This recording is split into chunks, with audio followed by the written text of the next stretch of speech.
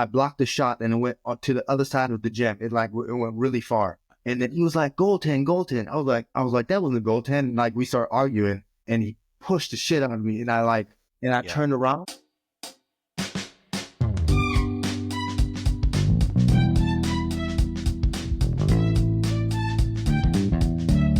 Welcome back to the Swayside Connection podcast. And on today's episode, we have a 1998er, and he didn't necessarily grow up in the area. Without further ado, let me introduce our next guest is... So people, this is Jay Thomas. Most of you, I think, know me. Some of you don't. Happy to be on the podcast. Thanks for the invite. I can't wait to share a little bit of my story, especially as we were talking before, how I actually got to Spanaway Lake, and a little bit what I did after Spanaway Lake.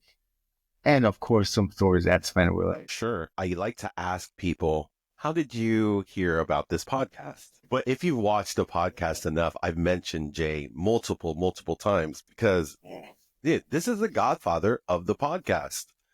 Is on the podcast finally. Because this is his idea. Because James is like, dude, this is a great idea. I was like, dude, that's not my idea. Jay gave it to me. And what made you come up with this idea that it took you 12 episodes to finally come on your own podcast? Finally. Thank you, though. But it's your podcast. But yeah, I mean, for me, I think it was more like I had such a good time at Spanaway Lake, and I'm very remote. And not as remote as you are right now, but I was just about to say, bro, I am way more remote than you. Yeah, but my home base is here in Germany. So for me, I don't see a lot of people, or since I've graduated, I haven't seen the most of the people at all or on a regular basis. So I just thought of something, how could, and I really dislike Facebook.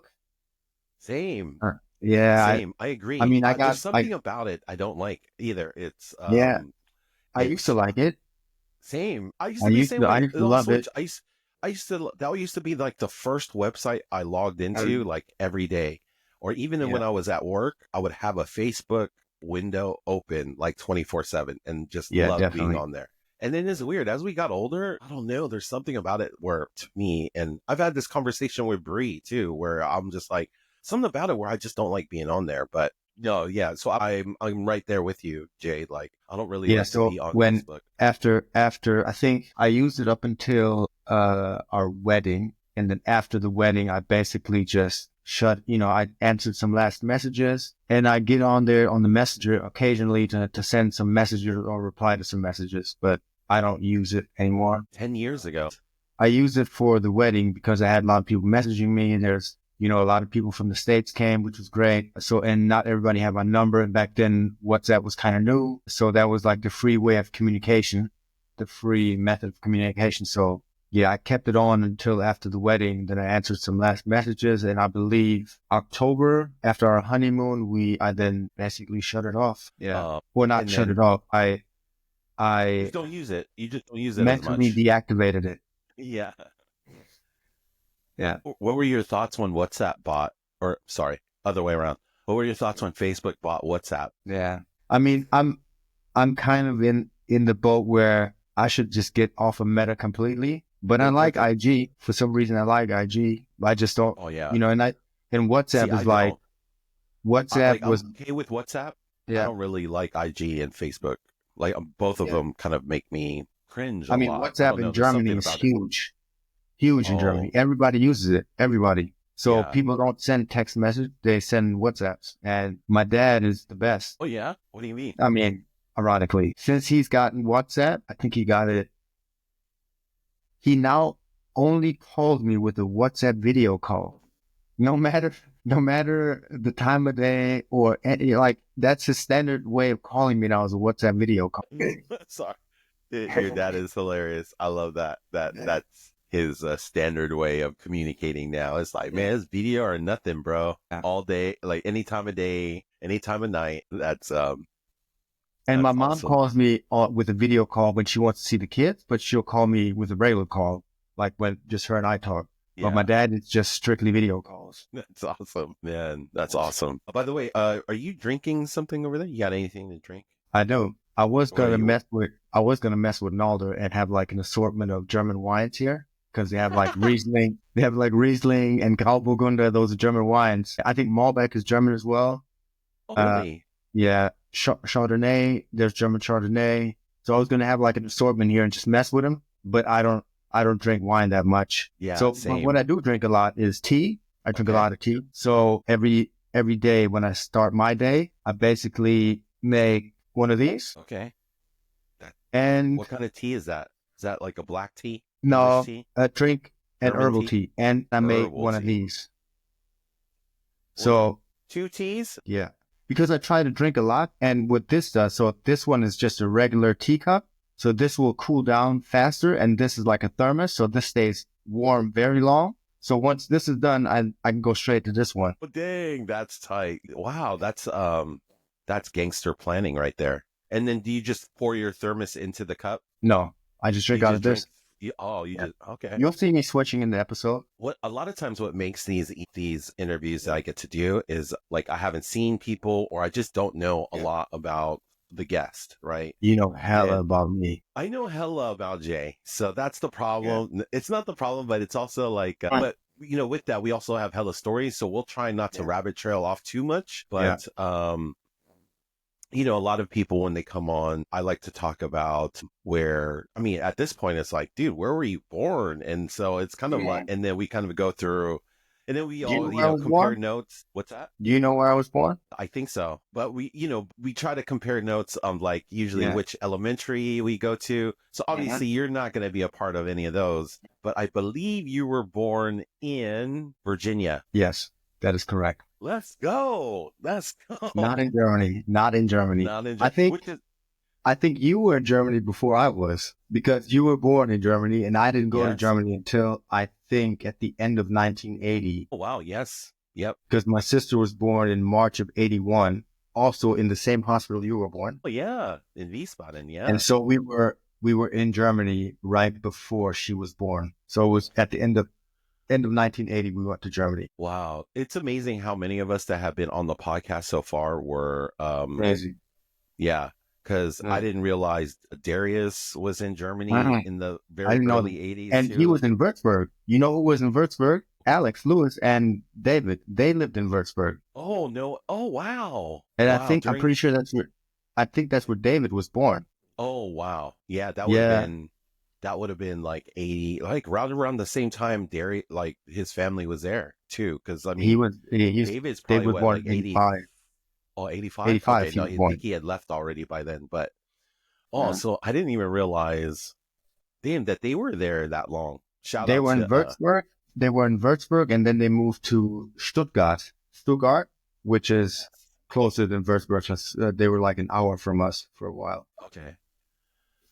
Yeah. So Um, anyway, so I really fell in love with basketball when I was about 13, 14. And then by the time I was like 15 and a half, going on 16, I was like, I was looking at college basketball because I was the only kid because I went to a German school. So my upbringing was I was born in the States. Then we went back to Germany. I was roughly one and a half or so. And we lived in military, it was military housing, but it was off base in Waldorf. yeah. And there it was a military housing area, but it was off base. And I was the only kid in that whole, or my sister and I were the only kids in that whole development that went to German kindergarten. Yeah. And so my parents separated when I was 5-ish. And so my dad got sent back to the States and yeah, he got sent back to the States. My mom was like, no, I'm not doing that again. And then we moved right literally down the street. It was like a 3-minute walk from where we lived into an apartment. My mom still lives there. You were there also. Yeah. Yeah. Yeah. So she still lives there to this day. And, Oh wow! So she's been there since the 80s. 40 years, over 40 years she lived there in that same Oh apartment. wow! Yeah. And so she moved there. When my dad, I think he was gone for about a year and a half. And then when he came back, he never moved back in with us. So it was kind of for us kids, it was a soft separation. because at first we thought he was just working and then coming back, but then he never moved back in with us. My parents, hats off to them. They did it really, really nice for us. They got along, because they teamed up to raise us. And we saw my dad every 2 weeks. And because my dad then retired from the military in 1989, it was never really an option for me to go to an American high school because you have to pay for it unless you're active military duty. American high school in Germany. Correct. Yeah. Gotcha. Because there's a Heidelberg, there was a Heidelberg high school. My dad retired from the military. My parents were divorced. I went to German kindergarten, German elementary school, and then German high school till 10th grade. And then for me, like when I was in 9th grade or so, 8th, 9th grade, I was like, I want to go to the States and play basketball there and go to college and play college basketball. That's what I wanted to do. That was like back then it was the path to, playing professionally. And that's what I wanted to do. So, in the summer of 95 was the first time when I was a little bit older that I went to the States and I met all my cousins. So I have cousins that are my age. Yeah. So they also play ball. And, I was telling them that I want to go to high school in the States, play ball, want to go to college. My dad's from Syracuse. So we went to Syracuse to visit his brother and his kids. And yeah, it was a great experience because I really loved the whole America thing. And they love basketball. Sports was on TV all the time. I just loved it, And then it was like, where do I go in the States? Because one option is I go to Syracuse because my uncle was like, you can come live with us because he also had some ties to Syracuse University or others, and they have a really good, league over there. And the other option was then the other coast, Washington State, to live with Alex's family, the Lewis family. Yeah, the Lewises. The 2 weeks we were there, my cousin, who was my age, he was always complaining about how strict his dad was and that never lets him do anything. And he didn't say hate, but he really didn't like it. He really bad mouthed it a bit. Yeah, he was just complaining too. That's what kind of what we do as teenagers. When I was a teenager, I felt like I complained a lot. But the way I grew up is I didn't really have that many rules. Yeah, so when I grew up, 13, 14, 15, a lot of people. So let me just back up a little bit. When I was in high school or middle school, high school, those years, I was labeled in school as a bad kid. Not because I was, not because I was skipping school, not because I was, not well behaved. It was because I was constantly disturbing the class. And I almost got kicked out of school for a couple or expelled for a few weeks. Wow. It was really close. What age was you at your worst? 13? Yeah, 13. And then from then on, every year it got a little bit better.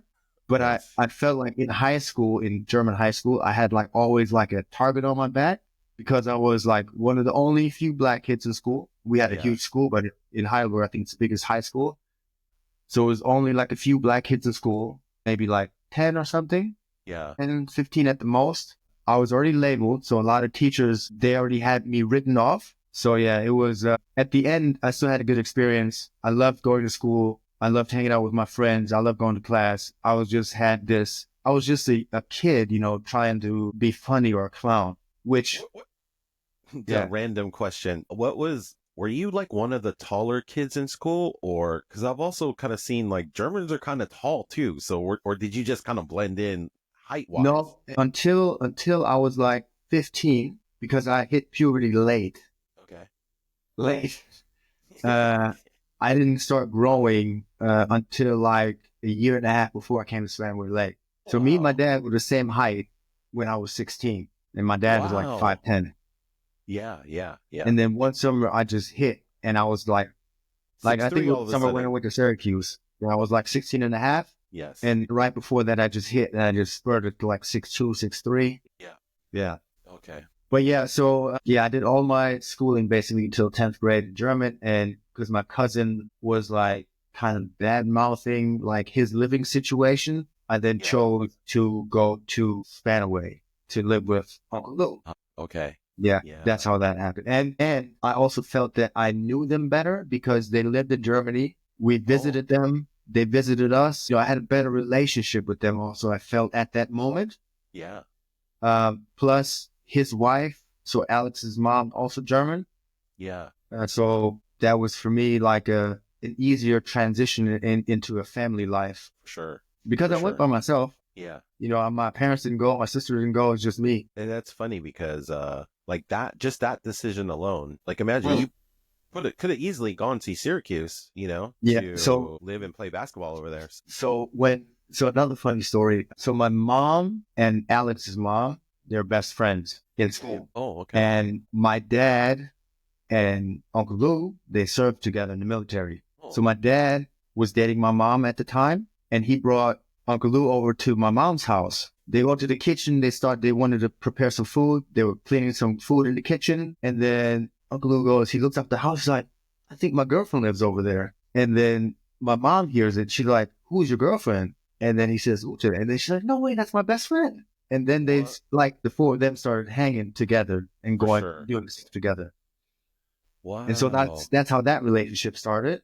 But then when when we asked them as a family if I could stay with them initially it was the only plan that I'd stay a year. Oh, see, I didn't know that. Right? Yeah. Yeah. So he was like, yeah, you can stay with us, but we just bought a house and they were trying to, I don't know if they hadn't closed the sale yet or if they were still in the process, but the house where they lived when I moved there in the summer of 96 was right down the street from Spanaway Lake, or it was on 170th, on the corner of 170th and Spanaway Lane. So I think it's on between 8th and 9th Street, 7th. I think 7th was a extension of that. It's a street where Miss Smith had her barbershop. Oh, yes. So Miss Smith and Susan Morrell and Rodney Morrell, they lived right across from us, like diagonal kind of.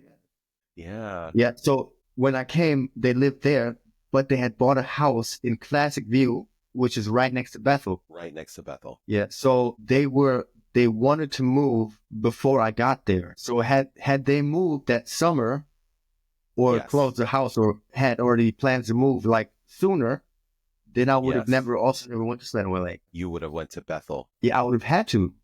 Yeah. Yeah. Because when I went to Spanaway Lake, I didn't know anybody. I knew Susan because she lived down the street, but it was like we didn't have anything, And then because Alex went to Cedar Crest, I think he got Greg's number, Greg Shelton. So Greg came over to the house and we played basketball, I think once or twice before school started. So I knew Greg. Wow. So it would, to me, theoretically at that point in time, it wouldn't have made any difference if I would have went to Spanaway Lake or Bethel to start school. Yeah. Because you didn't know anybody, for either school and, but then that's what's funny because even listening to Jose's story about how close he was from never coming to Spanaway Lake, you're pretty much in the same boat where you're very close, like multiple times. Not only were you possibly not even supposed to come to the state of Washington, but you possibly weren't even supposed to come to our high school. So that's why it's just kind of all ended up kind of the way it is. So that was your journey to Spanaway Lake. Maybe talk some about just the differences that you're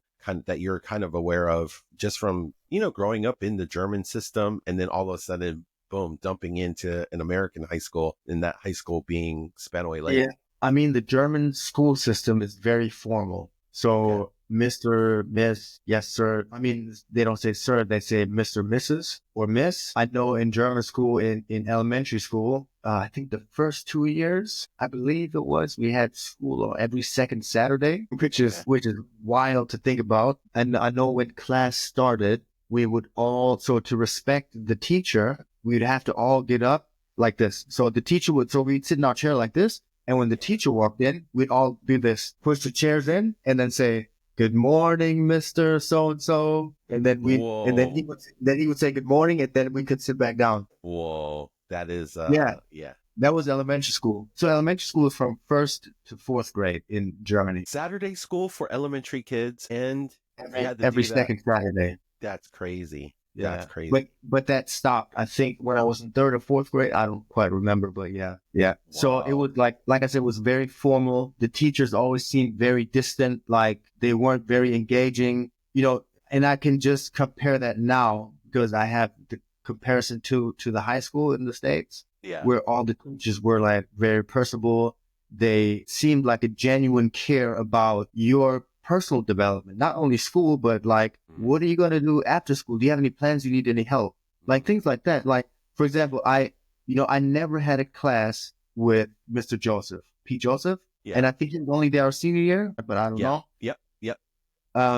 But even he was like, wasn't my basketball coach. I didn't have him in any class. I didn't have any club with him, but he was asking me, like, I remember watching a couple of games of March Madness in his classroom. And he would ask me, like, what are you going to do once you graduate? Do you need some help? Do you need this? Do you want me to talk to some colleges? And I was like, man, this is amazing. Like, Yeah. yeah, it was just like, yeah, it was great. I felt that support too. There was like a couple others, like I think Niddle, is that his name? Yeah.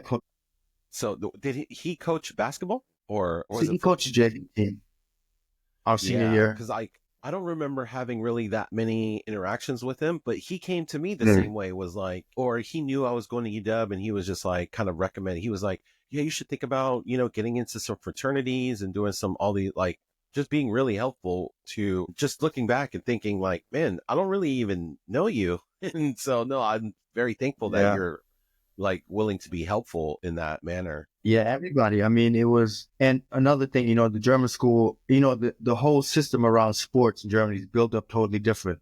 They have in the What do youth you mean? or like high school ages, middle school ages, it's only club teams. There's no Oh, real, it is school sports, but it's not like you have practice together. yeah, It's not like that.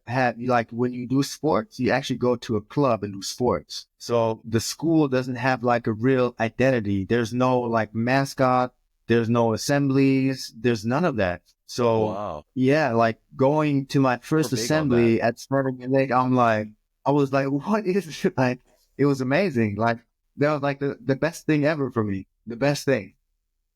Oh Like man, I and we're loved so it. Like, used to assemblies. We were yeah, like, because they pretty much started assemblies like that, kind of start in junior high. it's around the school spirit and the mascot, right? For us growing up, I mean, that stuff was fun. It's a good break, throughout And the. like what the things that stick out in my head is that like everybody's a part of the school. The teachers, the principal, the assistant Mm, principal, they all did stuff at the assemblies. Like they were in the plays, they were acting. Like I remember the teacher skit was amazing. Like it was, I'm like, yeah, how, like the teachers are like, they're like, they're becoming like idols. You have a respectable job, they care about you, and then they're participating in the same things that you're doing. They're not just there watching you, and they weren't afraid to, make light of themselves or fun of, well, not fun, but light of themselves. They didn't take themselves too serious. It was I like, mean, Josef is like the perfect example of that. My man was, I mean, he was singing on the podcast, so but like yeah. he's willing to take that risk. Like he's willing to do those, And then I like remember, acting, singing, cutting promos. and then Coach Wright did the electric worm on the one skit that Yes, day. on the joust. Yeah, Yeah. yeah, yeah. No, Yeah. And it like in in Germany, the teachers like they're super distant. mm, It's like a professional. You're gonna go yeah, see your boss. Like you can't. You have to speak to them in a certain way. They speak to you in a certain way. It's not like they're trying to actually. And I don't. That's how it was back in the day. Because I know some teachers now that actually engage with their kids like they do. They did in the high school, like the experience that I had in high school. I feel like So like, it's also talking to the principal. Like, I feel like, even though we kind of had Josef on and he's maybe a different principal, who knows his principal style, but that is the relationship I feel like most students have. Like, well, that's what I felt when I was in high school was if you're going to talk to the principal, then it's probably something bad and you need to be respectful and you need to yeah. you just learn how to just kind of talk to people in general versus having that formal relationship Yeah. with somebody of power. Like that's some Right. crazy stuff like that you guys had to like stand up and then, like greet your teacher like that And then once the as teacher kids. said good morning, then you can sit down. Yeah, that's just That's that's some military interesting. Nazi. Yeah, exactly. That's that's what I was thinking. That's like some military stuff right there. No, Yeah. that's and then Yeah. Then I came to Spanaway Lake, and yes. initially, I was planning only staying 1 year. See, I didn't know that. Yeah. So then you were just going to stay 1 year and then go back to Germany, Yeah, or go to college. Syracuse. Yep. Yeah, because of my age, I was gonna just go into my senior year, Yeah. I'm a year older. Yes. But then the way they translated the credits, I didn't have enough credits to graduate in '97. Then I think I forgot what her name is, but one of the counselors is a German lady or was a German lady. Yeah. I forgot what her name is, but we spoke in German. It was great. But yeah, when they evaluated my transcripts, and then when it came back, I think it was a few weeks when I had already started school, they said we have to classify you as a junior because you didn't have enough credits. So that, when you first came, you were pretty much a senior I mean, already, and yeah, you were and already in because senior classes I was in with some senior folks. classes and I was in Yeah. some junior classes. So they put me in the classes of the ones they knew I had to take to graduate. How long in? A month after, or like a few weeks after you had already started, is when you got reclassified? And then did Yeah. you have to change any of those classes, or you just kind of kept the classes anyway because you needed them to graduate? Or how did that work? Yeah. So I didn't change classes, but Okay. then my second half of the school year of my then now junior year, I then took only junior classes. Gotcha. Okay. That makes sense now. So and Yeah. but then my senior year, at the beginning of the school year, I took the junior level writing English class because I already took the senior class my junior Your year. junior year. Yeah. Yeah, which was dope because I mean I don't know if we're going to get into most influential or favorite teachers, but I had Mrs. You can do whatever WB, you want. Miss WB. These are for you. You're the godfather of this podcast, so like, bro, you can do and talk about whatever you want. So that's Do you all. remember It's Miss yeah. WB? Yes. So I I had didn't have her. her in any class, but yes. Yeah, I had her, and a lot of kids, they didn't want to take a class because she was too strict or whatever. Yes. Yeah. But I think for me, for my then college career, that was the best class I took because Wow. she taught me how to write proper, Yeah. like really good essays. Yeah. Yeah. So after taking her class, I think the lowest grade I got on an essay for any class was like a B minus. Whereas before I was struggling to put together a paper, because Yeah. I spoke English, you could Yes. hear the accent that I had in the beginning Yes. for sure. Yeah. But writing like essays, I wasn't used to that. We Yeah. wrote like small texts and I was only used to speaking a lot, but not writing in English. When I remember the first piece of homework I got was in Wright's history class to write I think it was like a 3, 4, or 5 page essay on the subject that we had at the beginning. Yeah. And when he said that, when he uttered those words, essay, 5 pages or whatever, I was like, damn, I didn't think about that when I left. Yeah. Because Yeah. you don't, not always, you don't always think about all of the details. Yeah. Yeah. So when he said that, it really hit me. But yeah, then I had struggled. Like the first year, I struggled writing Yeah. essays, and I really started writing. Doesn't sound good. Start writing doesn't sound good. Like I just wasn't satisfied with the way it sounded. German is a really hard language to write. Like let's say German is really difficult, I and mean, I it was never sounds good at difficult writing. just to talk, like just regular conversations. So I couldn't It imagine. also, like if you don't grow up speaking German or learning German at an early age, it's difficult Yeah. to learn the language because of the grammar, the Yeah. articles that they use. They have like the article they have 3 different articles, and there's no rule on when to use which article. It's like a feeling, Wow. Yeah, like if Okay. you learn it, you're like, you have to for every noun there's a different article, not the choice of Yeah. 3, and you have to learn it. Wow. Yeah, that's tough. Yeah, Because so the first year I struggled writing essays, and then when I took Miss WB's class, that was like the best. I really was excited about this class. yeah. Yeah. And then how was your integration into the school? Because even like if anybody's watched previous, I don't know what order people are watching these in now that we have so many, because Mike Talley came halfway Yeah. through his junior year. So basically same time period, because he kind of talked about how he struggled to kind of get, he's a new kid, same thing. You're a new kid now. What was that like integrating into Spanaway? I mean, luckily for me, it wasn't hard to get integrated because so I spoke to Jose. I think it was like the first week, and I knew he was so I heard he was the basketball coach, and I think I had a letter if I don't remember, I had a letter from a coach from Germany written in English to give to the coach about, it's like a resume or like a something in that direction. I don't quite remember, but I showed it to him. He read it and he was like, "Oh, that's fantastic. We'll see. There's some open gyms. I'll come watch." And then we played a fall league. I was on the fall league team. I did pretty good in the fall league, but then like there was a decision that I couldn't play varsity because of the deadlift strength rule. Because he came from Germany to Washington and he killed. And then there was like a rule that if you come as an exchange student, you can't play varsity. Oh, I didn't know But that. technically, and then I had to go see some board of Yeah. the Athletic Association of Washington, and I had to present my case. And by that time, I had been declassified as a junior, so it was clear that I was going to be there 2 years.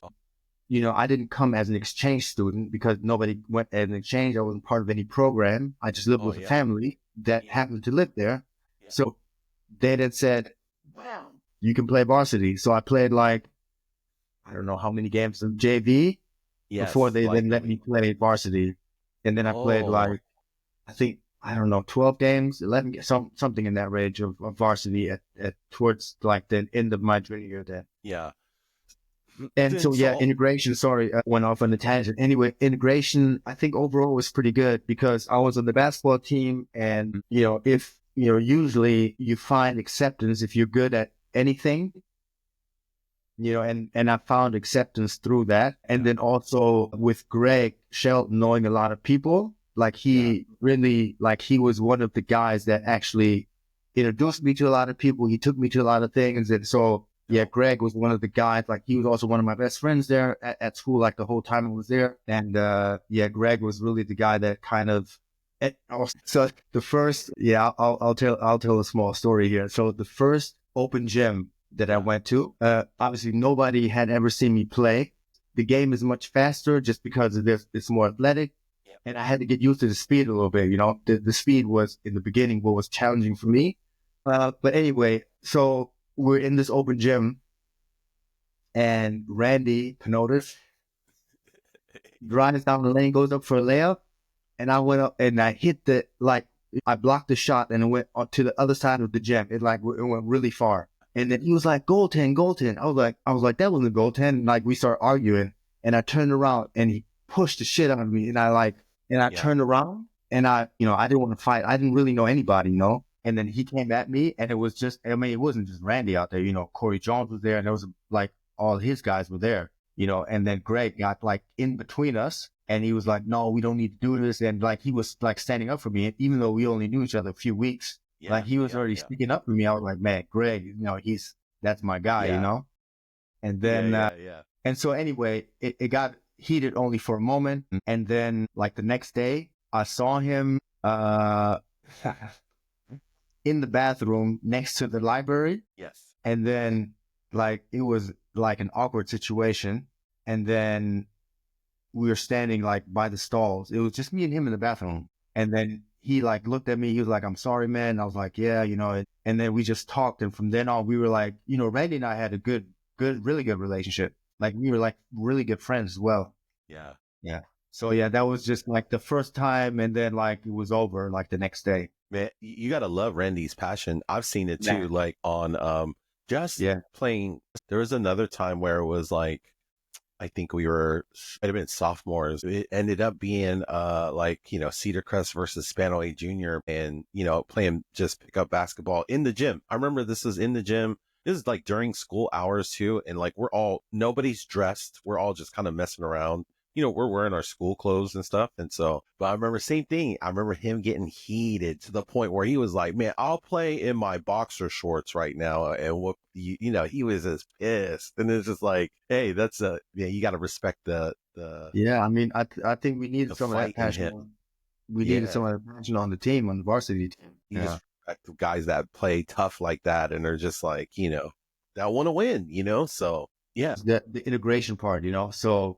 Yeah. Once that happened, once I was like accepted as, a basketball player. Yes. Then it was like, and also, it was my first year, which was class of 97. And I also was cool with Dustin Connolly, and all like Curtis Miller, like the people that were on the basketball team, Yeah, yeah. Jason O'Brien, and it was like I had a class with Jason, English class. Yeah, so yeah, it was good. Like, it takes time obviously to form some bonds and conversation, obviously classes in school, and then after school activities with mainly basketball for me. Yeah, so that was really good. And I felt like the first year was like a blur because I didn't know anybody. I was just getting to know people, and some of the people that I got to know in the first year, they were gone, the following year, Yeah. like I All those remember people that you were cool with that were in 97 were gone now. And yeah, now it's like, because Dustin, Dustin I don't remember really talking to you much that whole year. Like, I don't think we were really, we we didn't weren't have really, class. didn't have any classes together. I didn't play basketball, so. Have you ever thought about starting your own podcast? Well, Riverside's the best tool just simply because, guys, I'm out here in a developing country with ghetto internet, and you can see if you've been following this podcast along. If you go back to episode 1 where I had James on, I didn't know what I was doing. And then as the episodes continue on, I've sort of progressed. So in the description, I have a link. And like I said, they're not even sponsoring this, but I am an affiliate. So I will get a commission if you go ahead and click on the link. I think you get 2 hours of free podcasting time just to try out the product. So something it's worth considering, especially if you're thinking about starting a podcast. And if you are, hit me up. Let me know. I'd love to help out. All right, back to your scheduled program. And my junior year, I only did basketball. That's the only thing I did. But then Yeah. I saw how fun school is. Yes. To me, it was fun, and then I wanted to do more activities. And Yes. so then I committed to playing football. And I felt like once I joined the football team and made it through the preseason or made the cut, then it was like, like, it felt like you knew half the school. That's a cheat code. Yeah.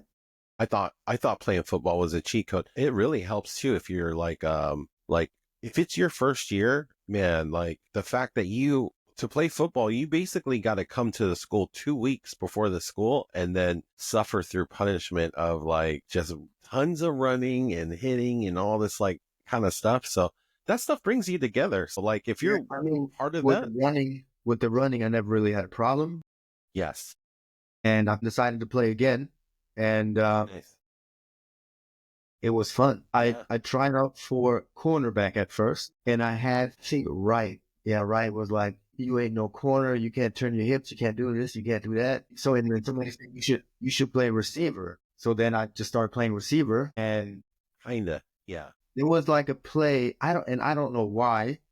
I was positioned I think it was the second string offense, and I was positioned at the running back spot for whatever reason. Okay. And Yeah. I've never like hit the Yeah. hole. I didn't even know the numbers. Yeah. I didn't know. And they were like, yeah, just run through. So I run through kind of hesitant.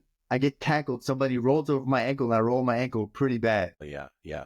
Yeah. And I remember That'll do it. looking over and seeing Josef, and his face looked like he was hurting more than I would.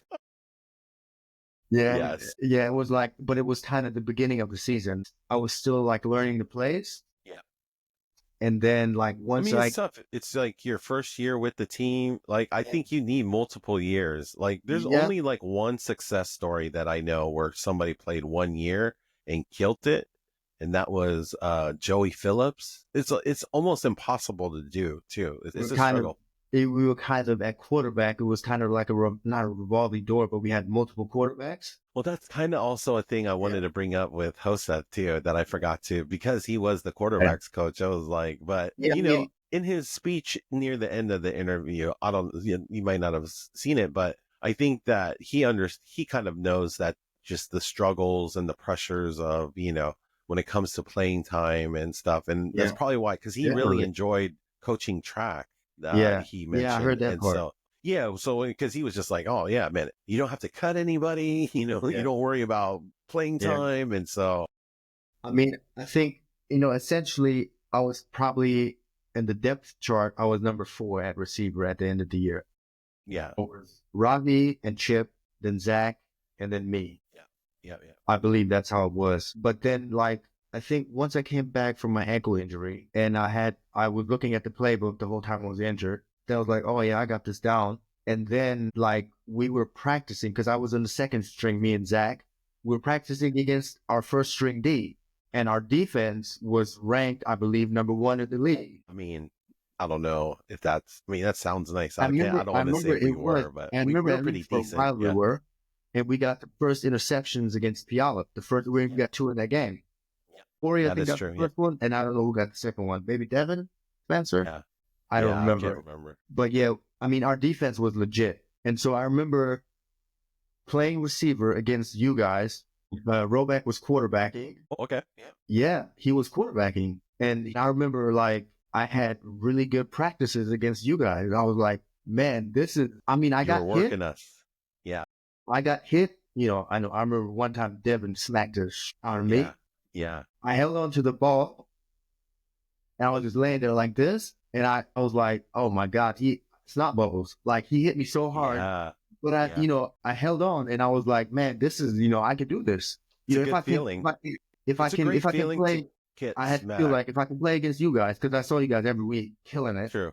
True. And I was like, if I can play against you guys, I can play against anybody in the league. Yeah.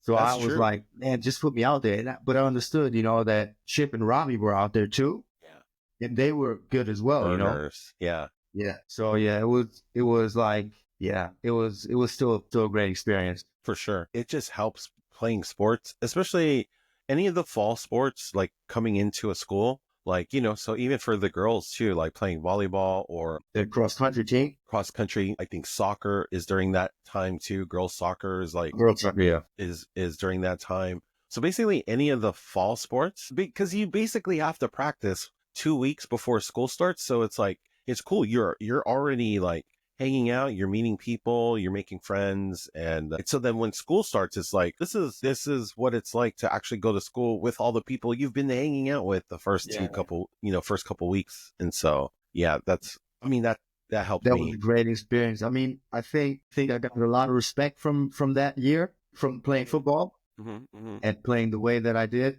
And then basketball season started. Obviously, that was for me more Then it was important. on. Yeah. And it was on. yeah, unfortunately, like I think Jose already said it, we didn't collect as many wins as we had hoped. Yeah. But it was still like it was a fun year overall. Yeah. Yeah. And I hope James is okay with me kind of bringing this up. And I even asked him, do you think, and I don't want to go back and like, because everybody can has a case for having more playing time, right? And I always like, do you think you should have gotten more playing time, right? And most people would be like, yes. And James was like, surprisingly, no. He was like, I got what I deserved, because there's a lot of times when he was on the court and he was supposed to, maybe like he was open, he wouldn't take shots. Yeah. He would, like, as he got older, realize those are shots you're supposed to take because you're, and just like kind of his maturity level, like understanding that he was also undersized at the time. Like he didn't get his height until a little bit later too. So Yeah, just a whole bunch of things, he was tall enough. He was really light, Yeah. He was really light. He probably weighed about 100 pounds. Yeah. I don't know how much he weighed, but he was really light back then, But we've had this conversation because we like, obviously us going to school and then being sports fans, but, and I'm, these guys might be watching the podcast too, but, what would have been like if maybe all the people that could have gone to Spanaway Lake came to Spanaway Lake? Yeah, we would have been especially that senior year. I mean, if you think about it, with me going there, obviously, which I could have also went to Bethel easily. Yeah. If something else would have happened. But if me going to Spanaway Lake, the senior year, we're supposed to have Chris Schwery, who left after junior year.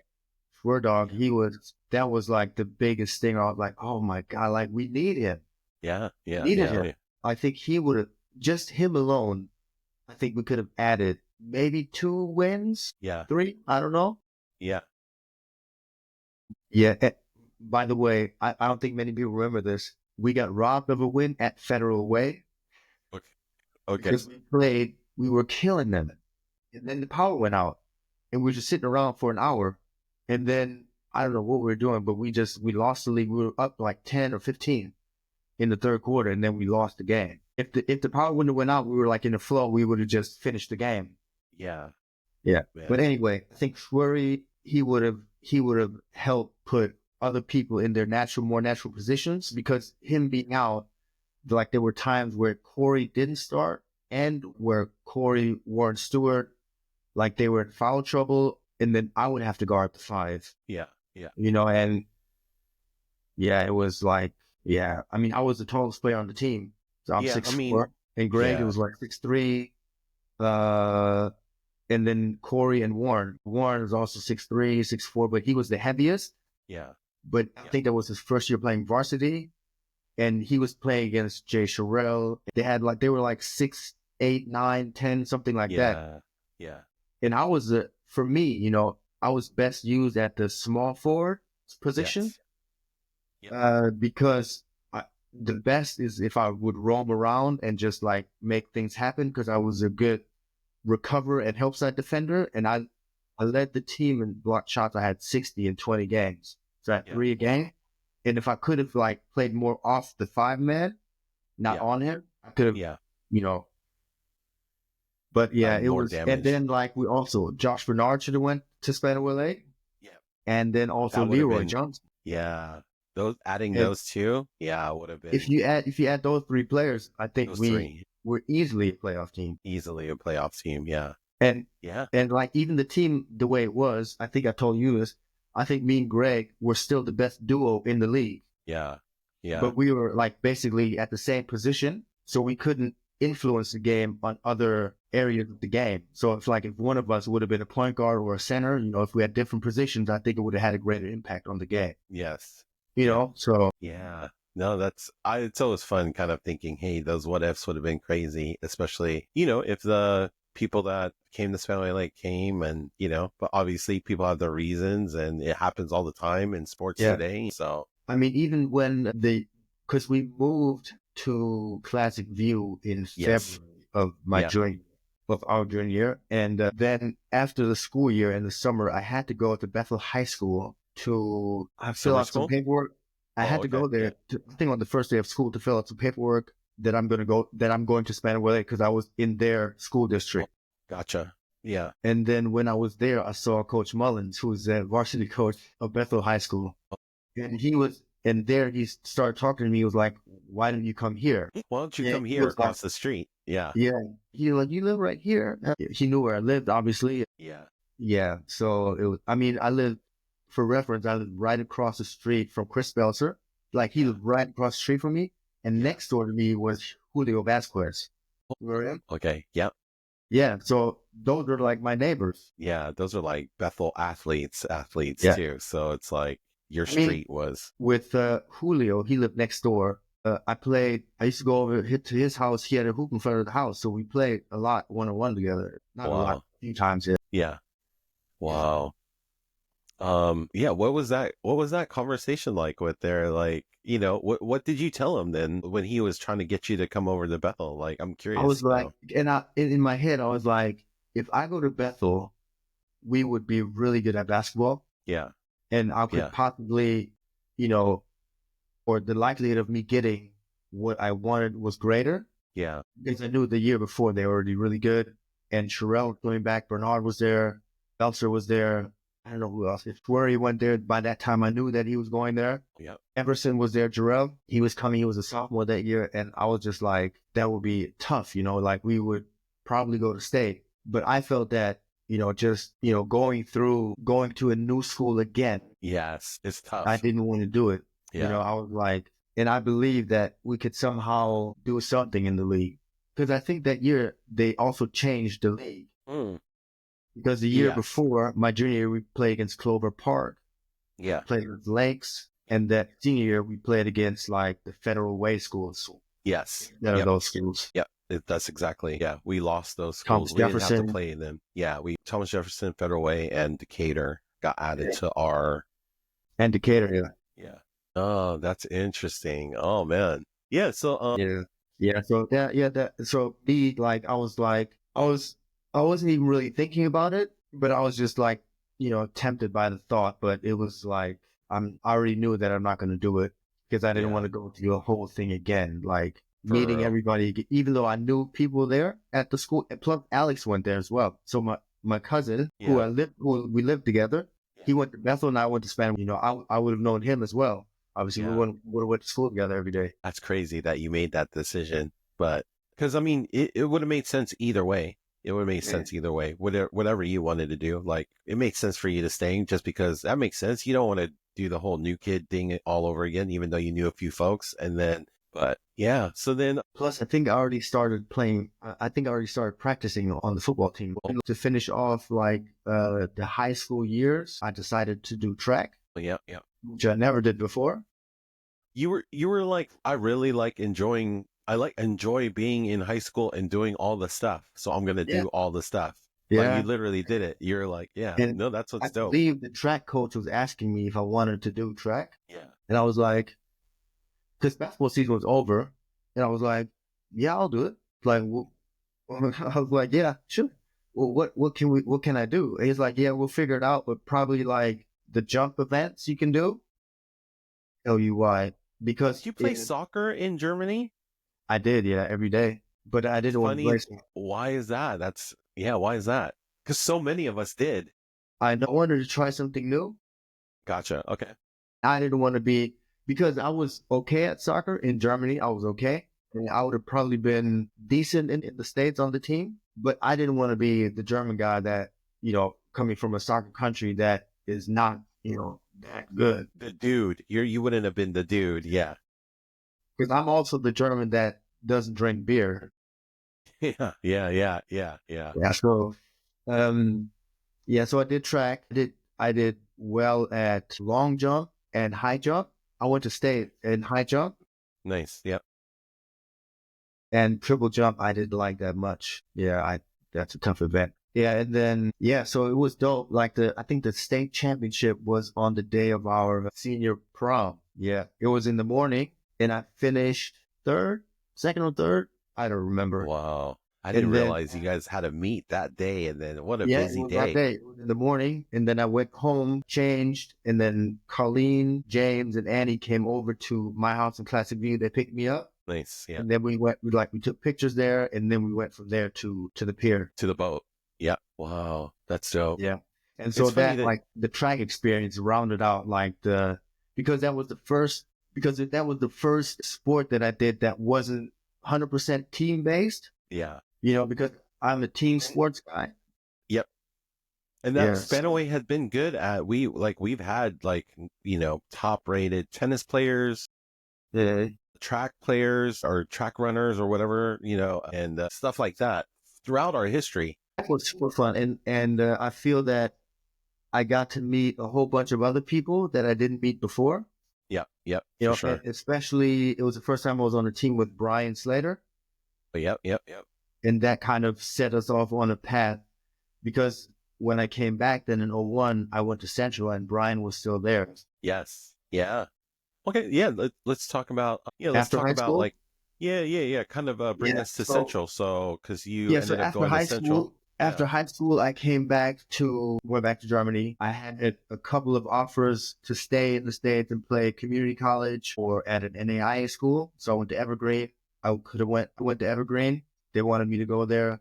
Basically, the combination of, me being away from my family for 2 years. Also, high school is over. Everybody's going somewhere else. True. I'd have to start over again somewhere.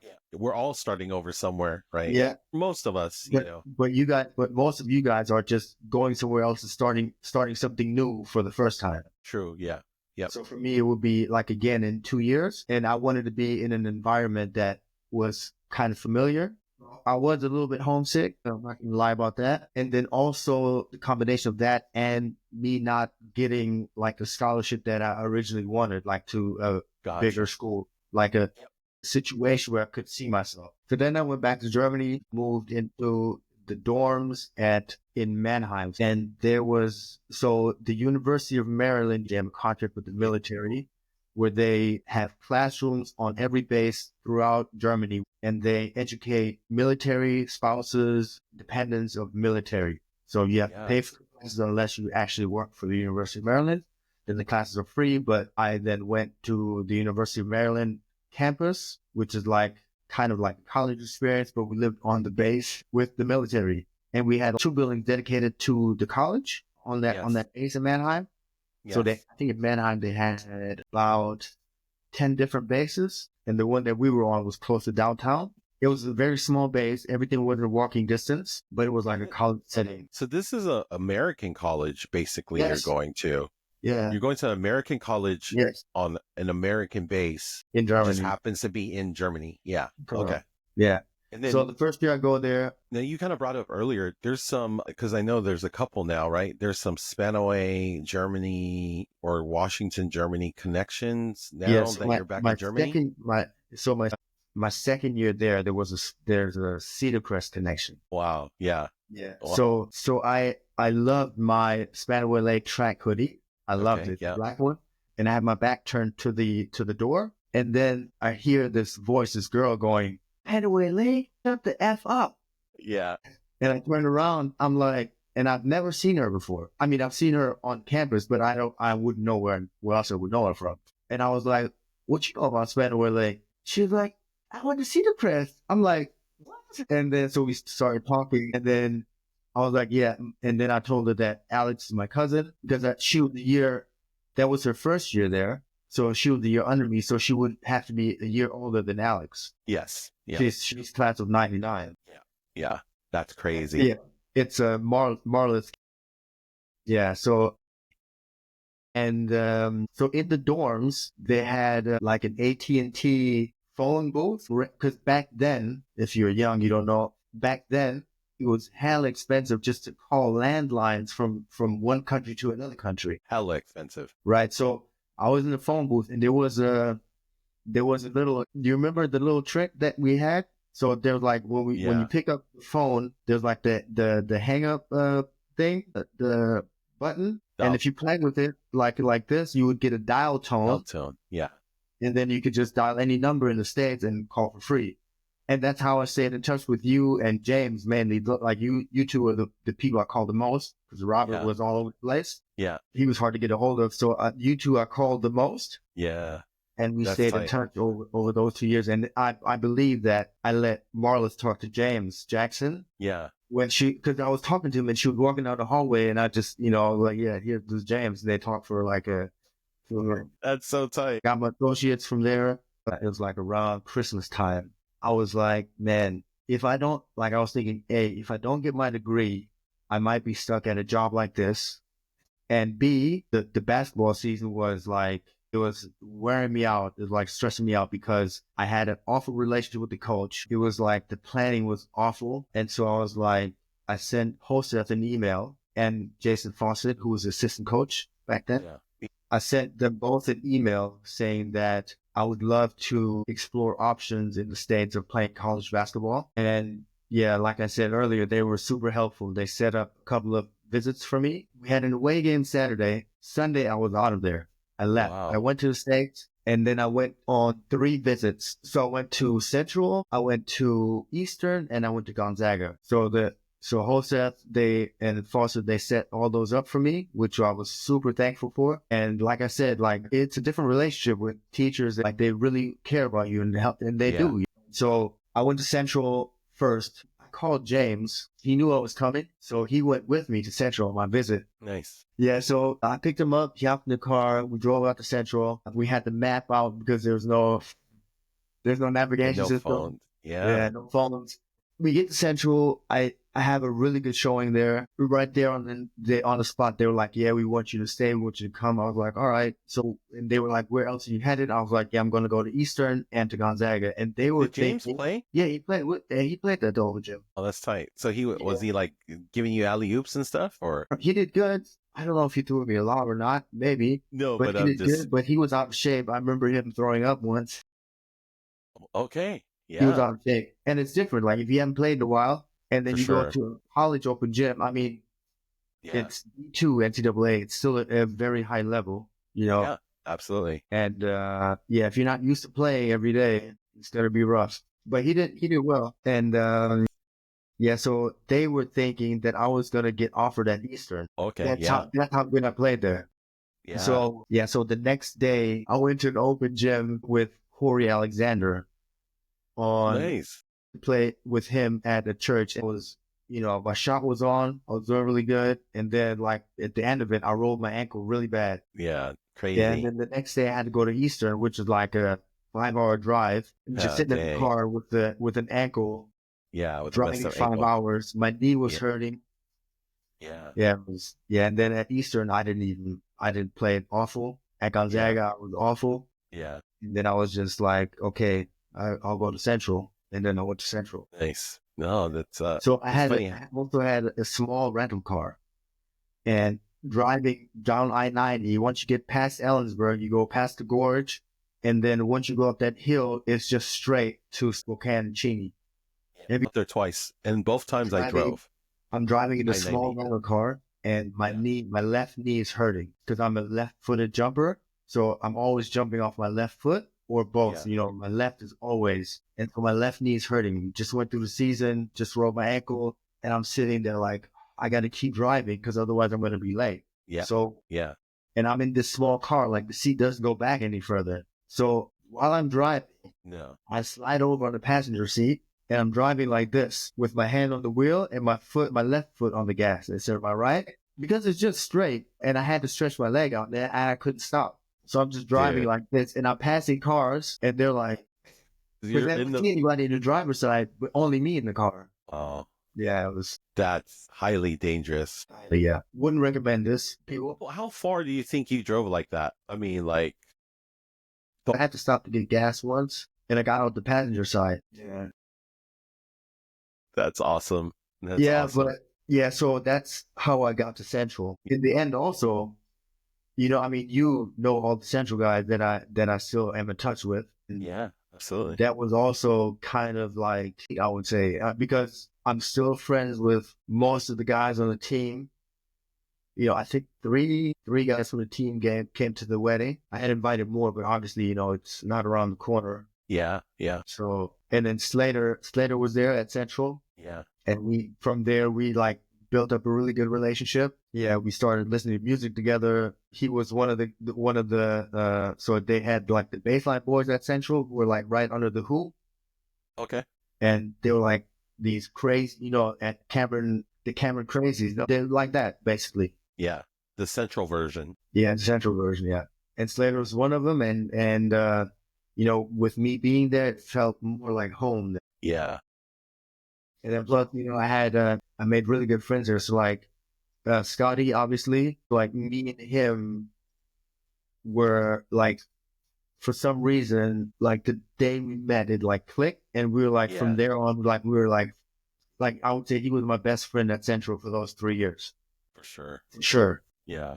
That's dope. Man, do you have what are some fun stories you have from from that time? Yeah, man, I have some like random stories where like cuz you were close with German Jay. You guys were pretty cool, though. Cuz I remember Yeah. like just a couple times going to that cuz the house he was staying at, Yeah. We the don't. house German was dope. And I had Yeah. only been there maybe a couple times, but the time I was there, I was like, "Whoa, where are we?" Like people actually stay on the lake, like, Yeah. right? So, Yeah. yeah, When he came, so it was obviously our senior year that he came.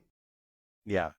And I remember seeing him in the hallway because he's also kind of tall. He's like six Yep, yep, yep. ish, kind of. And so I see him in the hallway. I was like, and I see how he dressed, and I immediately thought he looks like a German dressed as an American.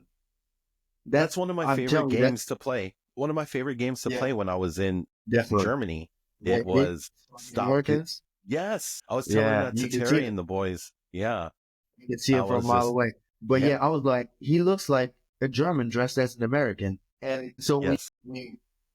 we had a class together actually. The first half of the year, and then the teacher read his name, and I looked at him, and obviously he had no clue I was German. And then he said, "Yeah, but just call me Jay because his name is Jan, Jan, which in English is a female name, but in German it's only a male name. Okay, I didn't realize that. Yeah, Jan is a male name. It's like John. Yeah. Like John. kind Yeah. of? Yeah. Yeah. Jan. Yeah. So he then said, yeah, you can call me Jay. And we were in the class, I believe, with Jay Nalder and me and No, him. Yeah, no way. it was AP Calculus. No way. All three Yeah. of you? Yeah. My gosh. Nightmare. And it was Mrs. Nightmare. Warner.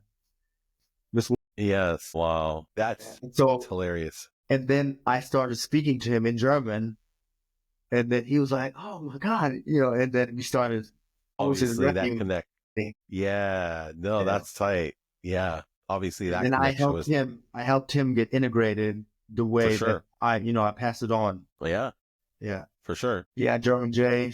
Yeah. He Yeah. had a nice living situation. He also, like me, loved Jack in the Box. Yeah. I mean, one story that we have together is when, our friend, Mr. Jackson. Yeah. So I had CWI with him Okay. Yep. Berm. and with Berm. Yeah. And we had to turn in a senior project. He Yeah. already said on his podcast he stopped coming to school. He would go here and there, but he didn't come to CWI anymore. And then Berm would say to me every day, yeah, can you get your boy to do the project? I remember like when it got really serious, I think there was maybe 2 weeks of school left or 3, not much. And he said, if he doesn't turn it in, I cannot let him pass his class and then he won't graduate. Something to that effect, he said. And Yeah. then you and Robert and me got together. We called him up. We said, we're coming to your house and Your we're going to apartment. finish to his apartment. Yeah. And we're going to finish the project tonight. So thank you, Jay Nalder. I had a job at Boston Market. Thanks to Did Jay. Jay hook you up for real? He did. Yeah. I was Wow. also working a job, but I was working there. Yeah. Yeah. I was No, that's awful. dope. He hyped me up too much probably, but the manager there, he's also black and he played hoops. So he loved that I played hoops and I was Jay's friend, but I wasn't good at the job. It's not for me. Yeah. Anyway, it was, so I You're the was reason working why they went out of business in most of Washington then. Yeah, a big reason was my speed. Um, yeah, so I got a whole bunch of food from the end of my shift. The market. Yeah. And we met at James' house and we finished the project that night. I was, I was like, by that time, I had built up credit with Uncle Lou that he trusted me to go, because it was at the end of my almost 2 years. Yeah. And I was like, and I told him, and he also liked James. He knows James, he knows James. And he was like, yeah. And I was telling him, yeah, he lives in his own apartment and he's not going to graduate. And I want to help him, me, Heinz, and Robert would go there. We're going to help finish the project. And I was just giving him this whole thing. And he was like, yeah, sure thing, help him out. It's a really good thing what you guys are doing. And don't get into any trouble. And I was like, all right. And so after Boston Market, went to his house. We finished the project. I stayed the night there. I'm not sure if you or Robert did, but I did. And the next morning, we all went to school and him with his finished project.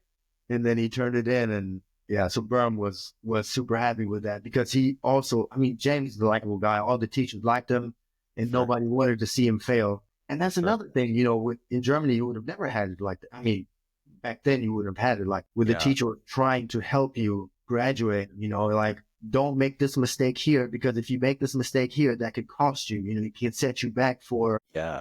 No, man. That's why it's I'm thankful I went to Spanaway and we had teachers help us along the way and then even friends help us along the way. So I feel like a lot of the stuff that But you can tell the story of the two of us because I feel you don't get to share a lot of stories. So now it's your turn, your time to shine and tell the story of the scavenger hunt. Yeah. The scavenger hunt. Okay, yeah. I mean, I think back then too, it was just like we were kind of inventive and stuff. A lot of our teachers had us being creative. I think that was just for homecoming one year. It was me and that was probably the time me and Jay got pretty tight. And for that homecoming, we set up a scavenger hunt and. Because I remember who helped us. Do you remember who helped us during that? Zach? Yes, was one of James?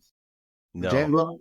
No. Tim? No. I got Zach right. Zach was one. And then the Robert? other was, yes. Yeah, Robert? It was Zach and Robert. And so basically the story goes is, man, me and Jay. Was it 3 people? No. Or did somebody go to a location? I think it was 3 locations. Yes, it was. I think Robert went twice for us. Yeah.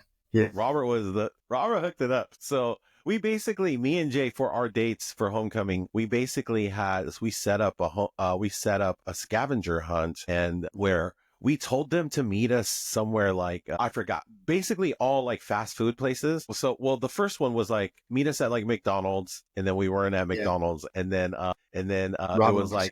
it was like KFC or something else. And Yeah. then, but yeah, Rob was there at that one. And then the second one, Zach was at that place. Mhm. And then we sent him to a third place. And then they saw Robert again, I think. And then Robert came back again. And then the last place, I think we were at Jack in the Box. So it's just Yeah. me and you at Jack in the Box, just chilling the whole time. We're just like, man, are they going to end up finding it? So it was funny because then when our dates finally came in, they were just like hella pissed, but also like they were like half pissed, half like couldn't stop laughing at the same Yeah. time. Like, can't believe you guys just put us through that. And I thought it was funny just because it was like, without Robert and Zach helping out too, Yeah. like none of that would have went down. Yeah, it Yeah. wouldn't have worked. So But I it think was we also just, had some fun riddles at each location, right? yes. Yeah. Cause so that's Like basically what we wrote, like these, yeah, just poems and fun. riddles and Yeah, it was like poems and riddles. And so like but they weren't very hard to figure out. We yeah. obviously made them easy. So it was just like, I forgot what they were, but it was like,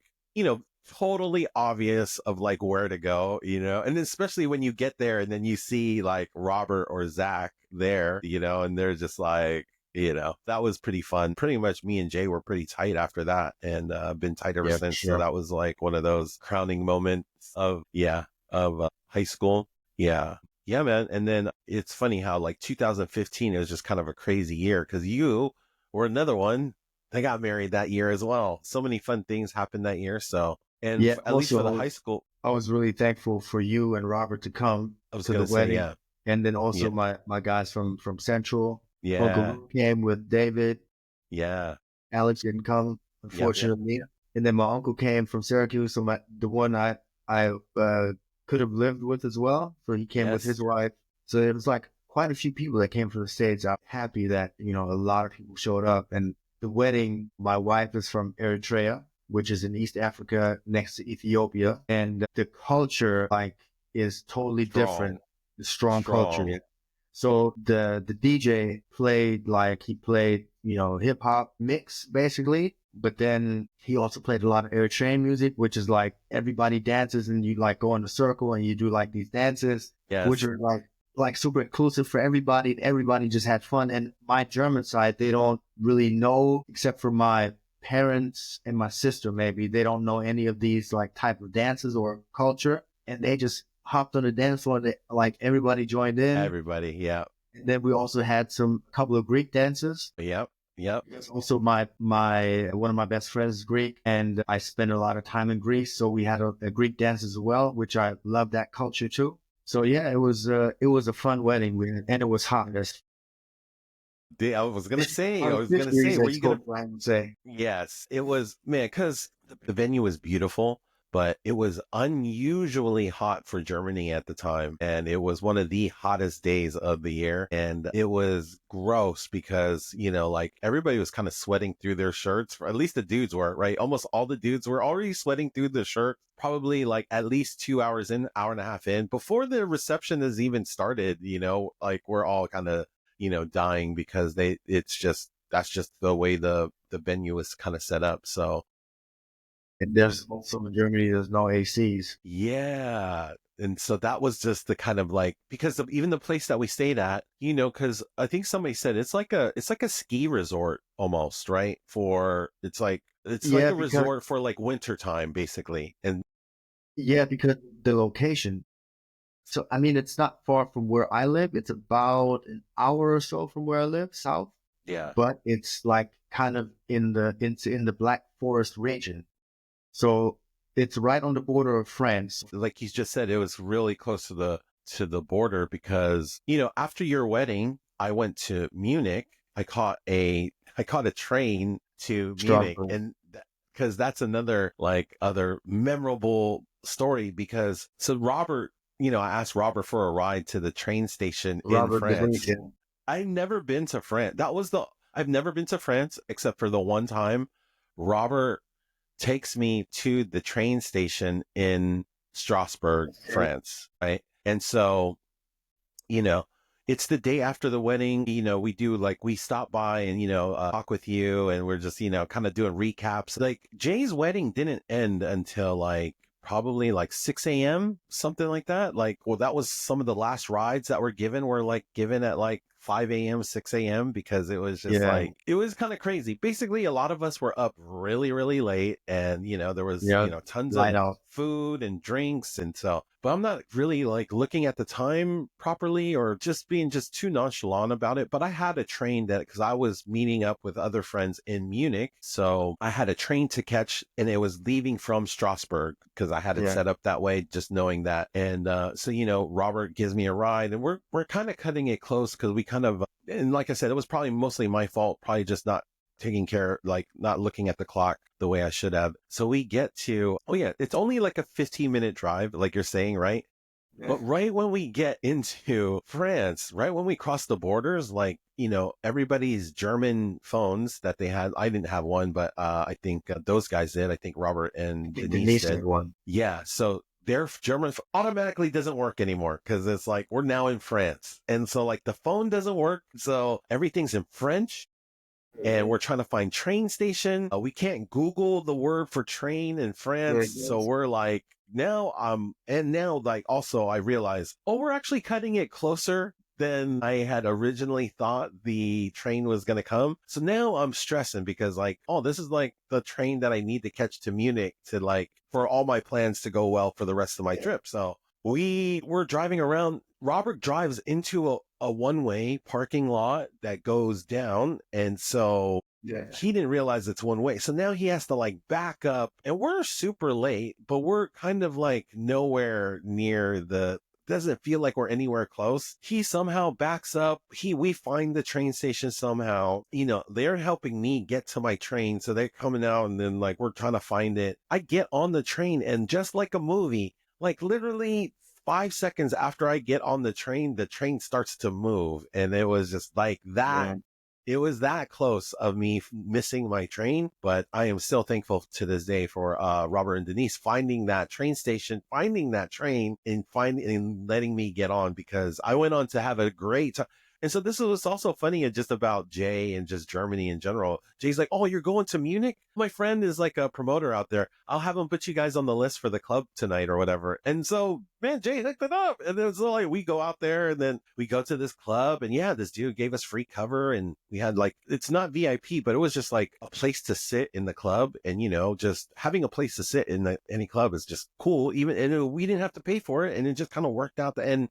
Man, it ended up being a dope night. And my other just quick memory about Munich, since we're kind of in this Germany thing, was we leave that club. It's like 3 o'clock, 3:30, and we walk back to our hotel, and we pass two other clubs. So by the way, we walk out the club, cracking. It's cracking everywhere. It's like hella people. And I was just like, dude, we passed two other clubs. I'm telling you, it's like 3:30, 4 a.m. Two other clubs have hella long lines to get in the club. And this is like, you got married in July, right? Yours is July 17th, I believe. So like, this is what, July 18th. So it's like middle July, middle of the summer. And like, man, in Munich, and we walked past two other clubs, and I actually had to ask, I was like, should we even be going back to the hotel? I feel like we should still be going out, just with the amount of people that are still out right now kicking it. But, that, I just thought that was another kind of like a mind blowing sort of scene to see, just like things that are just popping off. Like, cause there's not very many cities where that, like,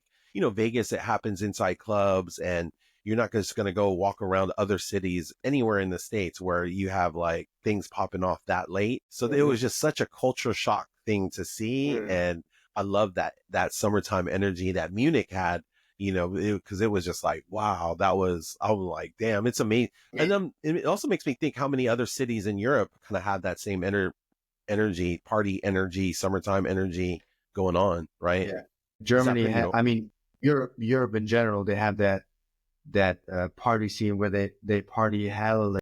yeah. So I mean, yeah. Speaking of that, like when we used to go out in Germany, or when I used to go out before Yes, COVID, we didn't get to the club until like midnight or 12:30, because before then it doesn't make any sense to go out because everybody started coming at like midnight. I mean, Yeah, I that had a makes sense. situation where, because I practiced so much, sometimes during the day I was just hella tired. So I Yeah. sometimes took naps before I went to the club. Yeah. So I remember one time I took a nap. So Kika was over, one of my good friends, you know him. So he was over my house when I played in Tübingen, close to Stuttgart, and we always went out to the club in Stuttgart. So we took a nap and we woke up at 1:30 a.m., got dressed and went to the club. It was too late, but we still went. We got there like 2:15 or something, and we stayed till like 6, and then we went back Yeah. home. It's not, so it's not too late. That's what's so crazy. Yeah. Like you could It wake was up at just 2 late. a.m. and be like, shoot, let's go out, you know? And Yeah. I like that that option is available. Not that I would use it more like as I get older, now that it's like I'm less and less likely to use it. But having that option available is I like that. I like that because I don't know, it's even though I know I'm not going to go to the thing or to the event, just knowing that it's there if I wanted to, I love that feeling. So that's partly why I like New York and, the Vegas that have places that are always like things going on, but like Europe too, right? Like that has that. Even when I went to Central. So I went to Central, and when I went to Central, I was over 21, and it was my first time being in the state going to clubs. I didn't Mm, experience it when I was at Spanaway Lake. yes. So when you're on the basketball team, automatically you group with people. They're like, "Come on, let's go together, let's meet." Because in college, a lot of times the people they come on the team, they don't know each other. Yeah. Like No, that makes unless sense. you played there a year already. Like so the new guys are always integrated with let's go out together. So we go to a house party first. So, hey, yeah, we'll pick you up at 8. I was like, at 8? And it was way too early for me. Like, Yeah. Yeah. what are we going to a party at 8 for? I haven't heard of that ever. I was like, Yeah. all right. So we get there at 8. There's a lot of people there. So I'm like enjoying myself. And then like at 10, they go, let's go to the club. I was like, why are we going to the club now? Like, yeah, Yeah. they're trying to So convince early. me to go to the club. And I'm like, this is way too early. We never go. I never go to the club at 10. Yeah. I never have done that ever, except for in the States. Yeah. So then they had to tell me that the clubs close at 2 and last calls at 1:30. 1:30. Like the clubs close at 2, and I had to Yeah. get used to that. It's Yes. it's better for your sleep, your rhythm. Yeah. Yeah. For sure. But For sure. I had to get used to that thought of the clubs are finished at 2. Yeah.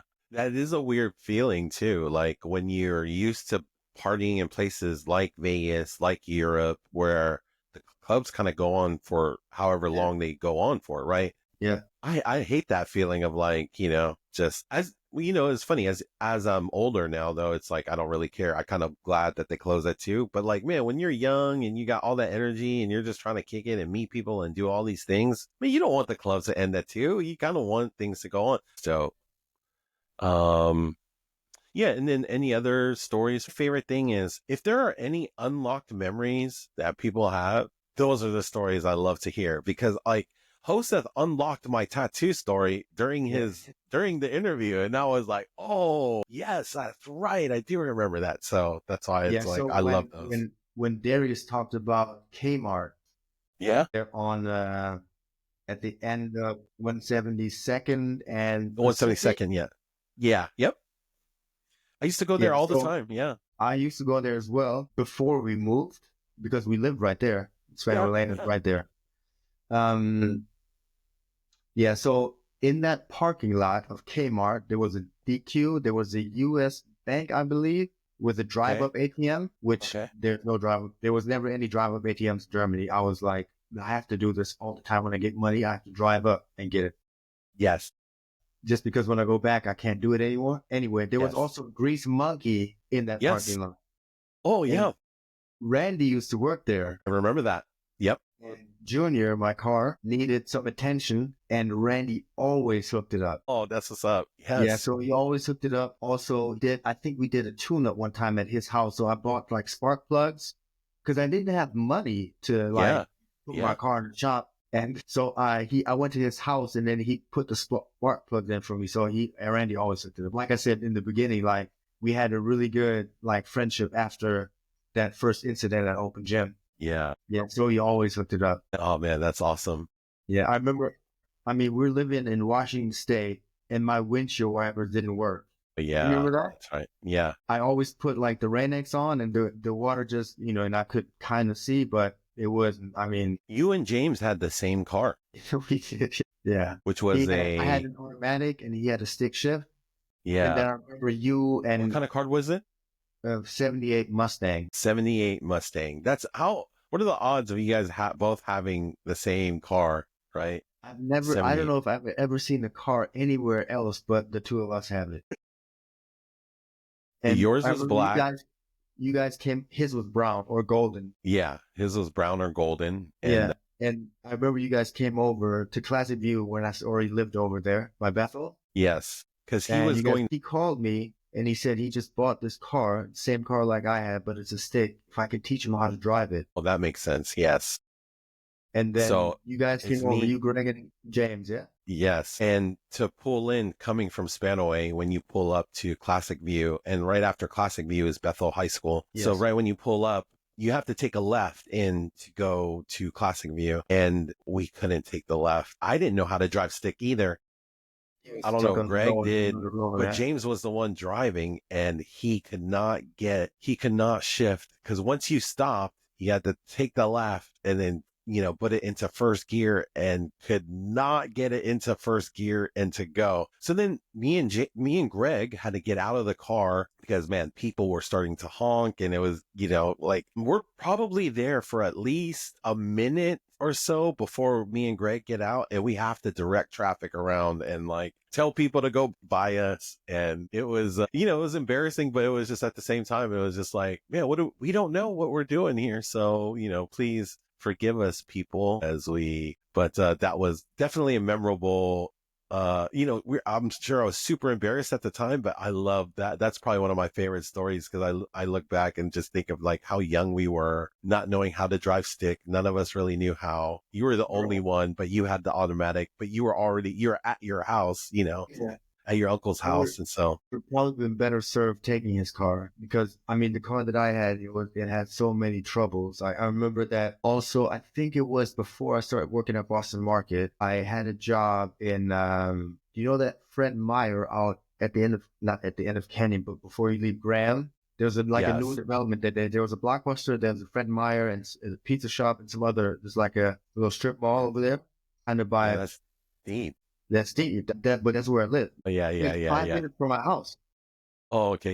Yeah. I went out Classic View. I took a left, past Bethel. I took a right, and then I was at Fred Meyer. Like I went just down the road, and that was already there. It was like a 5 minute. Gotcha. Yep. Yeah. So thanks. There was a you pizza. Worked there? You worked over there? There was a pizza place that only delivered pizza. They didn't have a sit down area. You could pick up or get it delivered, and I worked there. But the problem was that my car at that time, when I turned it off, the engine would be flooded and it would take like 45 minutes for me to be able to turn it back on. Wow. So when I worked there, basically, I think I lost money or came out even because I burned up so much gas that I had to keep the car running every time I dropped off a pizza or got a new pizza because when I turned it off, I couldn't use it. Oh my goodness. I didn't realize your car had that issue like that. Dang. Life, man. And yeah. I think I also had an 8-track player in the car. Oh. Yeah, I had an 8-track. So I basically only listened to the radio because I didn't have any 8-tracks. Yeah, exactly. Yeah. Yeah, so that was my car experience was awful. Yeah. I mean, I love Junior, but I wish I could have done a little bit to him so he would have been running more dependently. For sure. Once I shut him off and I had to go somewhere within like a half an hour or so, I couldn't.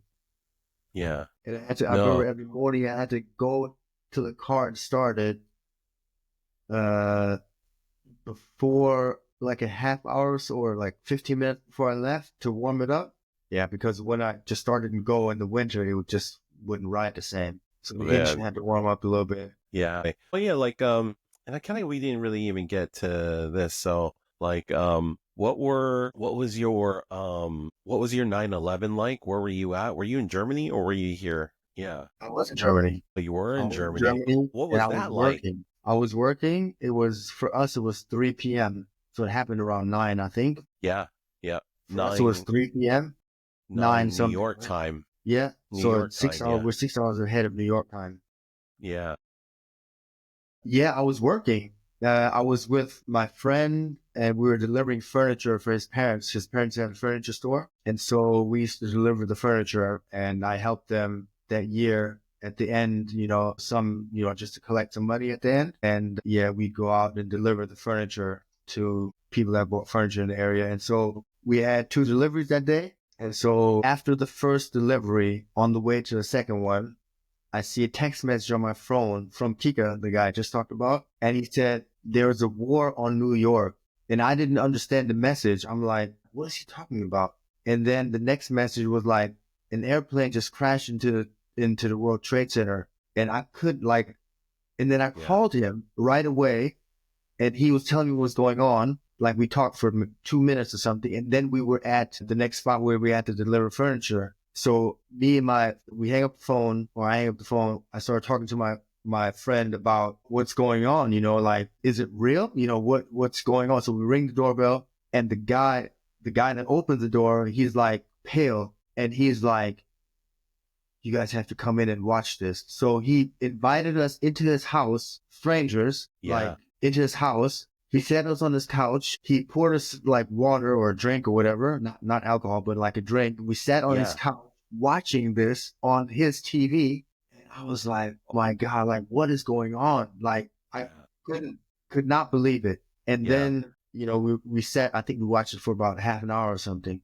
And then we then took his furniture upstairs after Yeah. that. And My then we God. drove Yeah. back home. And the whole time in the car, I'm thinking about, I'm supposed to leave to go to Central in like 2 weeks. I was thinking that too. Like, did you have your ticket already Yeah. to come over? Wow. So yeah, you were already you were like, oh wow, I'm about to go into that country in a couple weeks.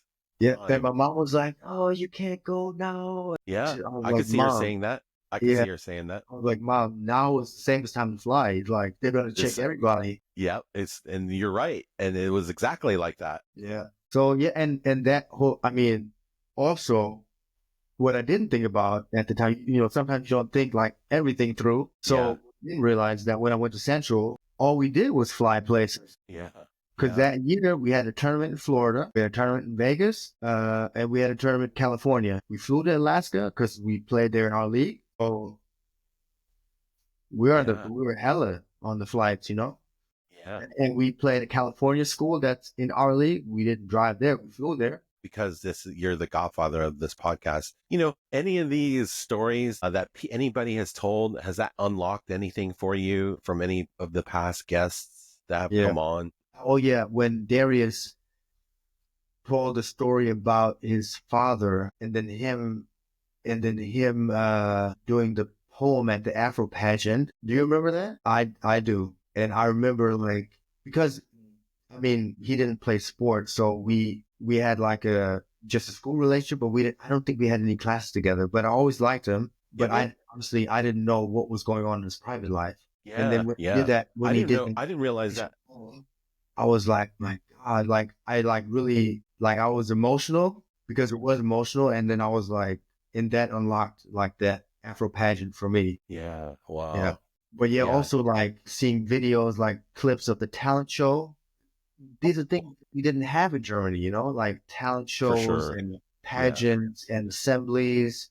Just seeing those clips again was like great. And then like we didn't do a yearbook video because you don't have so school. Let me just school in Germany how it is. So in the States, each teacher has a classroom and people come to the class. In Germany, it's more like elementary school in the States. So you have a group of people and you And stay you with them stay the whole together. time.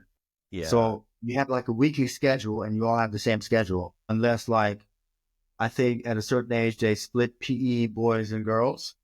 But other than that, you don't get split up to like the 12th, 13th grade. But Wow. yeah, so you have like a class teacher who's the main teacher for your class. And he's responsible for like planning trips and doing stuff with the class. They're responsible for like how kids are doing in the class, responsible for parent teacher talks. So then in Germany, to be a teacher, you have to teach two subjects. You can't only teach one. You have to always have two at least. Yeah. In Germany, you have one class and you go with them to you stay in your classroom and the teachers come to your classroom. So the only time you leave your classroom to go to do something else is like if you have art, because they have special art rooms, physics, biology, chemistry. So those are specialty class or shop or home ec, stuff like that. You go, but like the regular subject, history, German, English, math, those you just stay in your classroom and the teacher always comes to your classroom and you always have your own desk where you sit.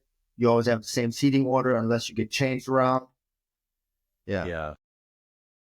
So that was another big change for me going to school in the States was like, you're basically on your own. You have like a new set of group of people in every class. Yes. Every class is you're right. It's like, you got to figure out, well, okay, where you're sitting, who do you know? Like, do you know any, you just try to figure out the whole, it was a change for me with studying as well, because you have like 6 classes. You have it every day. In Germany, I think my last year I had around 12 subjects in the whole week. Wow. So that sometimes you only have like history, you only have twice a week. Yeah. Government, you have twice a week. So like if you have it Monday, Tuesday, they give you homework for the next Monday, then you have to put that in your plan for how you're going to finish that for next Monday, because then you're going to have like all these other subjects in the middle of that. Yeah. That's crazy. Totally different experience. Totally different. You brought up old clips. You have some things you want to share? No, but I mean, sorry, pictures. Do you have any pictures you would like to share? I do have some pictures, yeah. Oh, Jack in the Box, I can see it. You took a picture of Jack in the Box. That's gangster of you. Because I loved it, and I had to take a picture because I was there a lot. I bought a lot of 99-cent big Jacks. Yes. Yeah. I miss Jack in the Box too myself. I would. It was dope. Yeah. Oh man, I should have turned these all around. All good. Can you see that? Yeah. Is it turned? Yep, it's turned. Yeah, so that's in front of, you see the date on there as well? Yeah. That Christmas time, our senior year. That's your Mustang. Yeah. December 29th, 1997. What's his name? Junior. That's Junior. That's right. And my sister, they came to visit. My mom and my sister came to visit over Christmas. That's dope. Yeah, and that's in front of our house in Classic View. Yes. There's a picture of senior prom. Yes. Yeah. What do you mean? No, the other pictures, you just flipped them and it kind of enlarged them because they looked like you did that on the other ones. So yeah. No, that's right outside the boat. Uh-huh. Yeah. That's before we went on the boat, right? I think it was before. I believe so. And that's me and you and Greg and James and Sarah Dre and Colleen and Annie and Amber. And I don't believe he went to our school. Okay. Yep. Yeah. Yes. Yeah. Dope. Yeah, and I took a picture of that because I don't know when the next time I was going to see it. When was that? That was our senior year. Was that our gift? Was that our senior gift? I don't remember, but yeah, I took a picture of it. I liked it. Yeah, and that is kind of gangster. Yeah. I think that had to be our senior year because I don't remember seeing that. Like, that wasn't our junior year. Yeah, you know what I mean? I probably would have remembered seeing something like that because that is kind of tight. I'd like to have that digital version. That would be kind of tight to have. And that was, I believe, the time I came in 2001 when I went on my central visit. Nice. And there's Leroy in the background as well. By that time, we have James, Leroy. Greg, and Leroy, really good friends as well. Yep. And then you got Tim and Daniel, Jay Nalder, Josh O'Brien, and Chris Ramsey. That's tight. That's a we dope went to picture. The Puyallup Mall to play laser tag. Yes. That's such a dope picture, actually. Yeah, that was fun. Yeah. So that was like when you came back from for Central, basically. Yeah, I think that was during the time when I was there for the visit. A week and a half I was there. I don't remember how long, but at least a week. That was like right before I left. That's dope. Yeah, that was, yeah. So this picture, I don't think anybody's seen that picture. That's me and my sister and our 2 little cousins. Nice. And that's at the Can you Frank. zoom in a little bit Yeah.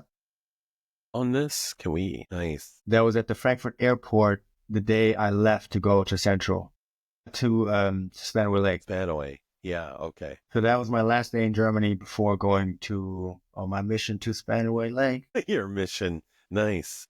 I love it. Yeah. So I don't think you've seen this picture, have you? Mm-mm. You recognize anybody in this picture? I see Sandman. Yeah. So this was my birthday Scotty. at Central and Scotty. Yeah.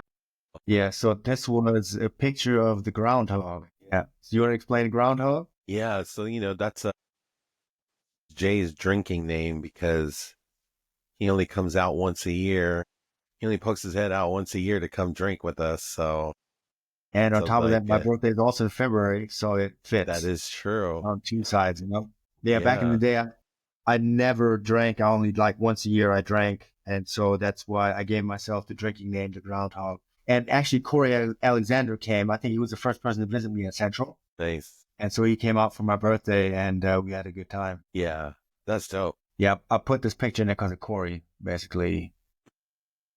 Yeah, Oh, and it's then dope. here That's we have a picture. Yeah, it's dope. You, Corey, and Greg. That was interesting when I could see it now, but it's interesting how Joseph was kind of reminded us like our old I remember this picture. I think I had this on my thing too. How the Spanaway Lake colors used to be just black and white, and that teal kind of really helps it out because I think black and white is kind of a little boring. But this would have been 2004 or 5? 4? Correct, 4. 4. Yeah, so this was my graduation, obviously, as you can see. And you guys all came out, showed some love. That was fantastic. David Brokaw also came out. He also went to Central, so he and Brian were good friends. But yeah. And then the two Lewis boys. So Alex, most of you will know because he went to Cedar Crest. So all the Cedar Crest people that graduated with us, most of you guys know him. Yeah. And then David is his younger brother, but he never went to Cedar Crest because he was when Alex was in the middle of his 9th grade year, so middle of our junior year, we moved to Classic View. So he then automatically went to Bethel High School. Yeah, or Bethel Junior High. Bethel Junior High, yeah. No, he went to Bethel High School. He didn't go to junior high. He finished up at Cedar Crest, and then he went to Bethel High School. Yeah. Sorry, I thought you were talking about David. David went to Bethel Junior High, yeah, because he was still in 6th grade when we moved. Yes. And he went to Camas Prairie, and then he went to Bethel Junior High. Yeah. I remember that this graduation, I don't know, was it Tim or somebody, maybe it's Tim and Robert. I think they used the excuse that their wife was having a baby or something like that to sort of get through the crowd or something. I don't know. I'm trying to. I mean, just by you saying that, it does unlock something, but there's only one person that it could be. Yeah, I mean, yeah. It's not him. That's the Robert's humor. Yeah. It worked though, because I was kind of like, I remember seeing them cut through the crowd, and I was like, damn, maybe we should have done that. So, yeah, I have some fun memories of Central too, like just Central, like different place, like the Mint, or what is it called? What were what were the two places there? So there was like the Mint something, and then the Mint and the Horseshoe. The Horseshoe, is that the other one? It's like, and there's one more. I forgot what the name of it is. So the Mint and the Horseshoe were across from each other, and then there was one on the corner on the same side as the Mint. Yeah. But I don't know I forgot what it's called. Nice. And there's another one from Prom, right? Yeah, that was at our house when they came to pick me up after I just got done with state, and then they all came to the house, and we got ready there before we went to the boat. Nice. I think I have a picture of you and James too in my rental car from Prom too. Actually, I should have looked for that one too. But let me just check. I think I might have another picture. I'm gonna try to share mine because I have a picture of my car at Central. What was the name of my car at Central? Lucille. I don't know. I just guessed on that one. The Great White Hive. Oh, yes. It's so funny when you say the name. I can imagine seeing it too. That's the wagon, right? Yeah, station wagon. Yeah. I'm trying to play some. Let me just share one more time before you go. Gotta read this. See that? Yes, yes, yes, yes. Yeah, that was our trip to Ocean Shores. Yeah, can you zoom in on a few of these? Yeah, these are great. I've been a Yeah, German J in the back. German J. I don't know who this is. This is Randy Panotas, Daniel, Sarah Dre. Jeff, Yeah, Jeff Abbott. Jessica Cleveland and Bree. Yeah, Jeff Abbott over here and here. Yeah, shout out to Jeff Abbott, man. There's also when memory that got unlocked when Tim approached James about being the funniest. You were there. I was there. No, I wasn't there. I was James. I think James told me about it. Yeah. So yeah, that I remember that actually happened. And I mean, Tim has a valid point. He's pretty funny. I have been advocating, at least for the guys, you know, girls, that's a different, category, but for guys at least, for the funniest dude our senior year, because James kind of admits it too, that he wasn't really that funny. And Tim's effort would have been right there. But I will put on record because a lot of people are like, man, his name's been brought up a lot. But funniest since high school, I might have to put Billy Langdon up there as funniest since high school. Yeah, for Billy me at least. funny as well. Yeah. So, No, but what? Yeah, so here, Sarah J, Nalder, J. Corey Yeah. Jones, again, Sarah, Jenny, and I don't know, somebody help us out. Yeah, I forgot his name. Anthony, I think Randy's it's in that picture Anthony too. with the Denny jacket. Yeah. Then classic. Classic. Nice. You remember the time when we had the internet, when we had to plug the phone cable in and out of the computer to get internet? Yeah. Whenever it was using the internet, they couldn't use the phone Couldn't landline. call. Yeah. Any lasting memories? What's your like overall sense once, whenever you hear the word Spanaway, when people bring that up, like does that make What are you my think thoughts? of? Yeah, what are your thoughts? I mean, And then yes, I'll ask you the last question. Spanaway's, so Spanaway Lake was like for me, like a home away from home, because I did come over by myself and I did live with a family where I had some familiarity, but it was still at home. If that makes any sense. So I felt, good living with them, but the way that I was embraced by Spanaway was will always be dear and special to me, just because it felt like I kind of meshed with everybody there. It was like always a good feeling. And for me, it was also, it was a totally, I mean, this doesn't, Spanaway, like I said, it means like the inclusion, like a part, like home away from home. But it felt like that because in Germany, I was one of the tallest in school. I was one of the only black kids in school. Plus I had that reputation of being a, somebody that Troublemaker. serious troublemaker, things like that. And when I came to Spanaway, it was a chance for me to remake that image or start a new one. And, I was just one of a lot of people that looked like me. So it was like a totally different experience for me, because in Germany, I always felt like it was just focused on me. And in Spanaway, it was like, not like that, Blended. it was only like that on the basketball court. But in the classroom, I was just treated like everybody else, which was, for me, it was like a total change, and like it was fresh, new, and I loved it, and I thrived in that environment. And for me also, Coach Wright played a big part as well, because he was the first black teacher I ever had. And we didn't have any, there's no, now yes, more, but I didn't have any, there was no black teachers at our school. There was no other races of teachers at our school. Just, wow. German. Yeah. Coach Wright was like, he was my favorite teacher there, because he treated us like we were there to learn something, there to be taken serious, but also not took himself too seriously. So I appreciated that about him too. It was like the era of Def Comedy Jam and Comedy Central. And like, I felt that he had those type of jokes as well. He had that kind of humor. He always would say fish grease and, things like that. And, he'd make references about music and sports. And, for me, not only was he a good teacher and taught the subject very well, he's also like the personality was something that I needed to see, for my professional development as well. So that was really special for me. Yeah, it was like a home away from home, and I would always keep it dear. That's dope. That's dope. Yeah. And then, like I always like to ask this as sort of the last one, like if you could go back to that, to our graduation and, have a conversation with yourself, and I'm surprised not too many people just go be like, hey, invest in Apple. So like what kind of conversation would you have with yourself if you can go back to 98 and have a talk?